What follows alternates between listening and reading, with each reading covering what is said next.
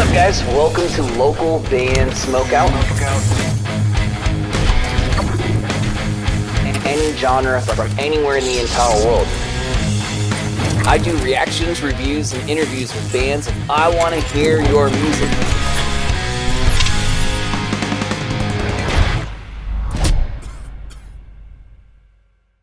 And ladies and gentlemen, Profiler! Oh, yeah. What's up? Let's go. Fellas, before we get started, please kindly introduce yourself. Let me know whereabouts in the world you are now. Plug and promote everything.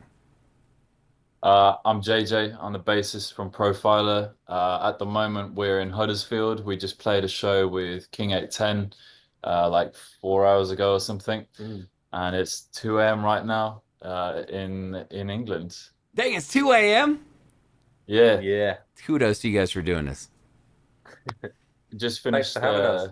recording some bass. So yeah, kept us awake. And yeah, we might be a little tired, but yeah. And Jacob, yourself. Yeah, I'm Jacob. I play drums in Profiler, and I am also in Huddersfield, where it's 2 a.m. Is that a typical night for, I'm sorry, I don't mean to cut you off, but is that a typical night for you guys? Like play a show and then after the show go right into laying down tracks and doing social media and interviews, or is this like a kind of curveball of a normal evening? It's a one-off, I have to say. No, Yeah. what are you talking about? We do this all the time. No, no, this is rare right here. But we just had a deadline to get some bass tracked for a tune that's being presented to someone tomorrow. So exciting stuff. But yeah, this is the only time. Like we just found out about it today. We obviously had the show, and yeah, we managed to get it done. So yeah. Is that as simple as just like busting out a laptop and a little preamp and just plugging in and laying down and then sending it off, or are you at somebody else's studio that just happened to be convenient while on the road? No, we're just in the Airbnb at the moment. We use the stage rack that we run all of our stuff through. Word. It's all sorts of gubbins in it, and yeah, like luckily we're able to do it because we don't really usually bring a interface with us on tour. So yeah, managed to do it. All good.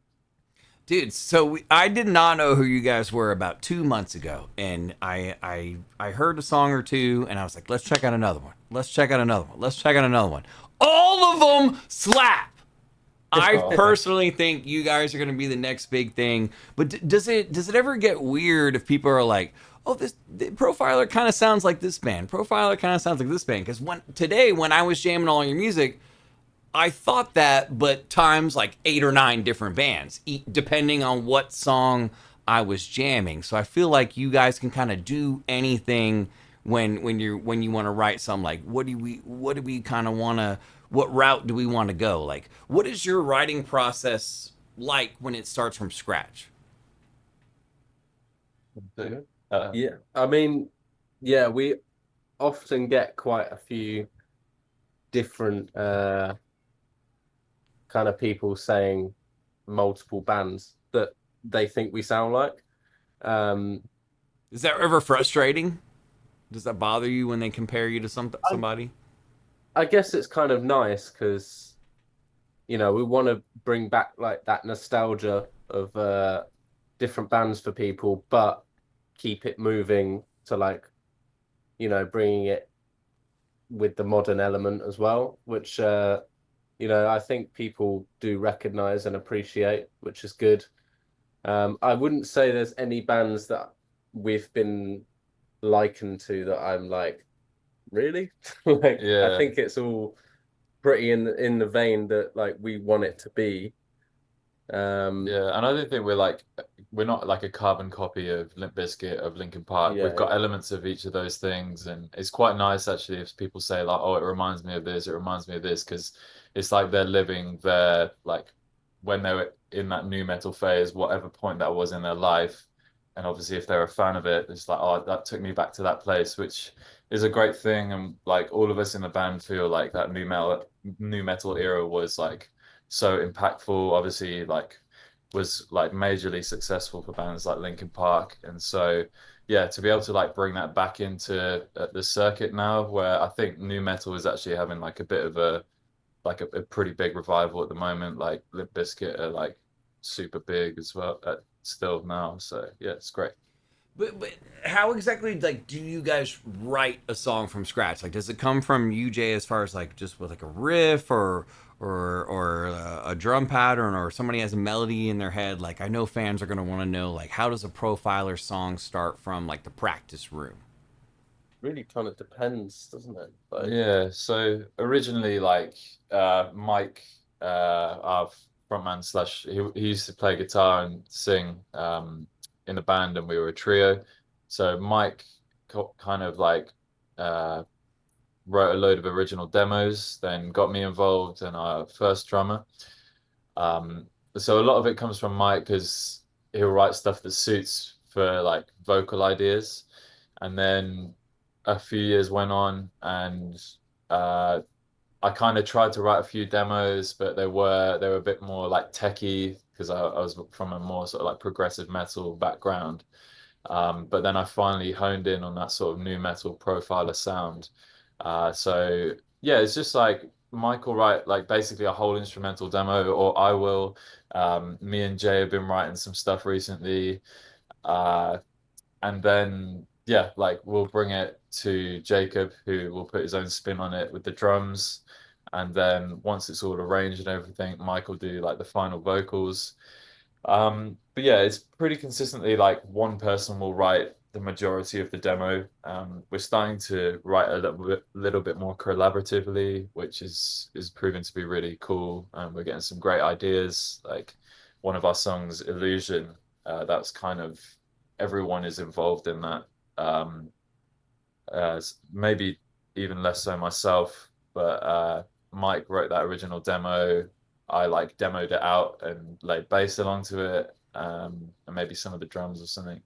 And then Jay wrote an extra part for that, and then Jacob wrote some drums over that like switched up the time feel as well. So yeah, we really love writing collaboratively and would love to do more of that. But with us not really living exactly in the same city, sometimes it could be challenging to try and link up. But we can kind of do it remote these days. You guys still with Sharptone currently? Not anymore, no. I think it was at the start of 2025, we parted ways with them. So we've been independent ever since then. And honestly, it's been like really good. Like they've given us such a good like shelf to jump off of, like with our Spotify numbers and stuff. So That's actually uh, what I was gonna follow up and ask is from a, let's say like a smaller garage band that wants to do what you guys are doing as far as like band advice go. Do you suggest a band remain independent, or do a signing and then learn the ins and outs, everything as you mentioned, like the connections, etc., and then kind of have that knowledge, or what would you say advice wise?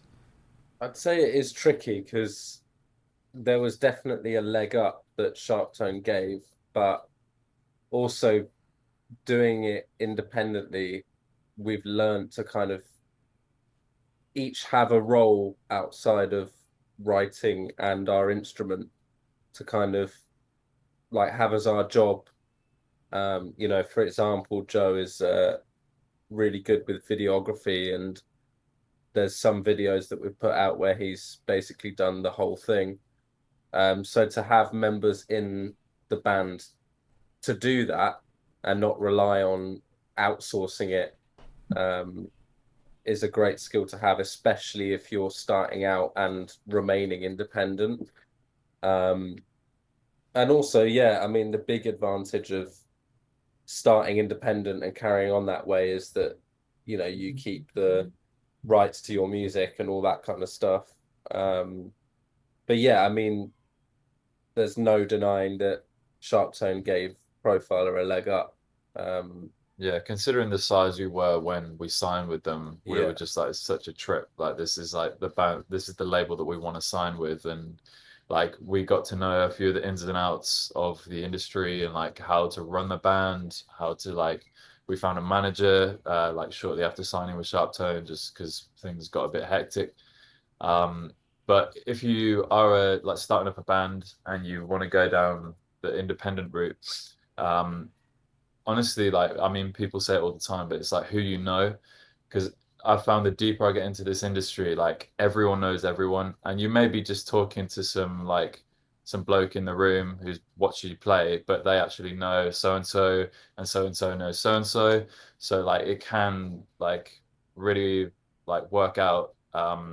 Networking can be tricky, but you never know who you're speaking to. So I say, yeah, get involved in your scene, get involved with yeah, just putting yourself out there, and you never like yeah, you never know who you're talking to. Could be a big label guy, but yeah. Boys, we've gotten a lot of the hard ones out of the way, but we got some fun ones to get to. I'm hoping that maybe at some point today you discussed a movie or TV show that you've seen the most, where if I look up trivia on this, how could I stump you?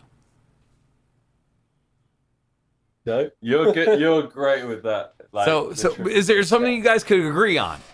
To me, it's easier to pick a movie because a TV show could have seasons, but it's totally your call. Wait, is this between both of us? So you'd have to come up with one decision between the two of you, but you both get to answer, giving you two guesses. All right, Jacob is what is it, James Bond film? Basically, yeah. I grew up on watching James Bond films, so All have James Bond movies going back to Connery and et cetera? Yeah. Honestly. And I can be the phone a friend, just in case. Okay, I understand. Give me a minute to look that up. But boys, while you're on the road and gigging and doing your thing, give me a least favorite food of all time, an absolute favorite munching meal ever when you're starving.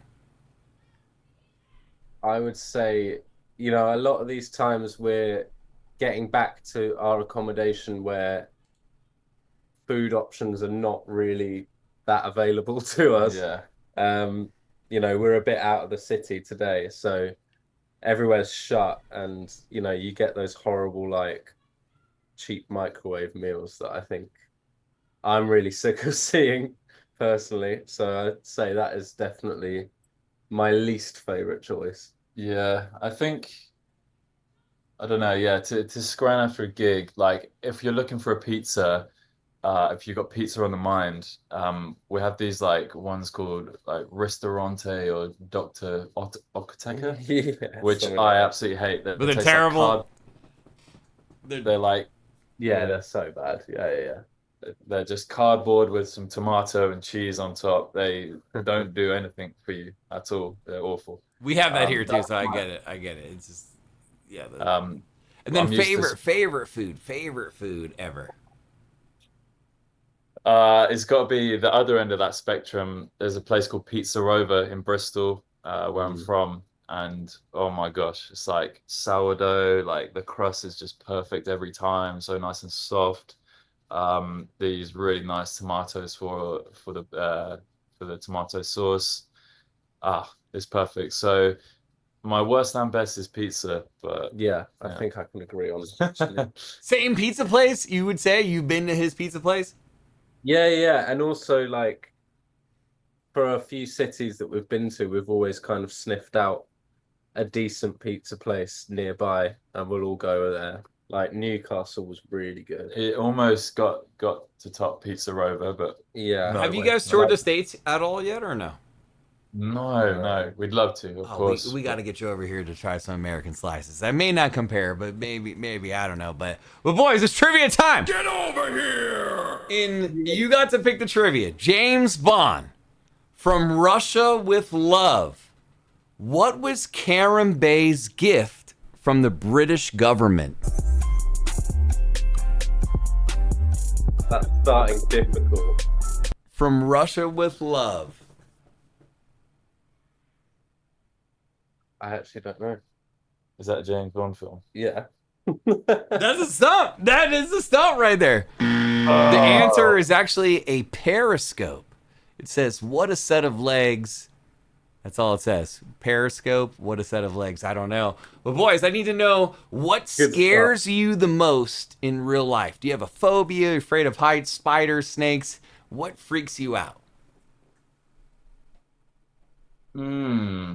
I don't know. The first thing that comes to my mind, because I've seen a couple this week, because it's been really hot in the UK this week, um, is Hornets, because they're just massive and they always seem to like be on the stuff that I have to like pick up. Like it was on my cymbal case the other day, and it was the one thing I needed. And yeah, they freak me out because they're just so big and they're really loud. And yeah, Your whole arm would swell up if they stung you. I would imagine that it'd be a yeah, problem. yeah. Be a problem. Yeah, yeah. Do you know what scares me the most? Maybe, I mean, I'm always like, always tweaking out about like getting like fines and tickets on the roads because like We because get a lot of I'm them. the designated driver, but my new car seems to be just a parking ticket magnet. Every time I come home, it's just like, right, I've got another parking ticket that I didn't even know about. I do pay for parking a lot, but just not in the right places. That's hilarious. We're gonna try a redemption trivia question right here. Get over here! I'm assuming you've seen Diamonds Are Forever. Yes, many times. Okay, many. That's what I need to hear. I want to say that because now it's like So now you might know this one. This is the only other trivia question we got. But can you name the old lady who drowned in Amsterdam? my God. I'll give you a hint. How would I even give a hint on this? Hold on. In quotes, it says, "And so endeth the lesson." That's the hint it says on this end. And so endeth the lesson. Come on, these are difficult questions. Well, you got the pick. You got the pick. Yeah, I know. I should have picked Surf's Up, man. Do you know? No, this? I don't know much about Surf's Up. But We're gonna get this one. I'm gonna call that a stump as well. Mrs. Whistler. Fellas, favorite song to play in your set, and I know this is gonna be a hard one, and you can have different reasons why, but is there a least favorite song in the set? Maybe it's a fan favorite and you've played it for so long, you know, it's you wish that. I know that's a tough question. If you don't want to answer that one, I understand. But favorite song in the set? you take favorite. Do you know what? I would say least favorite, as not because I don't like the song. It's more because it's right in the middle of the set, and if I don't really like reserve my energy, then it's like really hard because it's the hardest on drums by far. So that'd be Luciferian. Which is my favorite song from you guys personally.